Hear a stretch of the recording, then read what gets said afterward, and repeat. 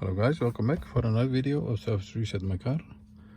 Today I'm going to show you how you can reset the surface or the oil indicator of a BMW F30. It's a 2014 model. After changing the oil and the filter, you have to reset the indicator on the dashboard, and you can do that manually. I'm going to show you how you can do it for yourself. Before we start, I want to mention our YouTube channel. It's Service Reset My Car. We'd appreciate it if you subscribe to our channel, give us more support by liking our videos. Any questions, any comments, use the comment area and I'll get back to you as soon as possible. We have more than 250 other videos on our channel. Give it a look if you'd like.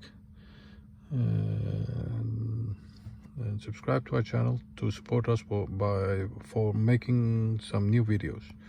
Okay, let's start with this one. BMW 2014 model. And when we turn the ignition on, there is an indicator that keeps coming back. It's this one, and I'm going to show you how you can get rid of that. First of all, the indication is turned off.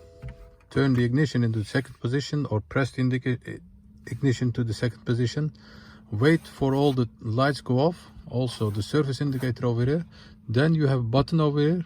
Press this, keep pressing that till a menu appears on the dashboard. Yes, like this. It says reset possible. Let go this button, press it again, let go. It says perform reset. Press it for the third time, keep pressing that till it says reset in progress. Then you can let it go. Once it resets itself, it says reset successful. And once you have done that, the indicator for that has gone.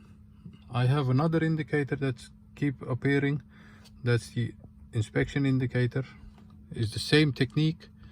Press it, let go, press it again till it says reset in progress.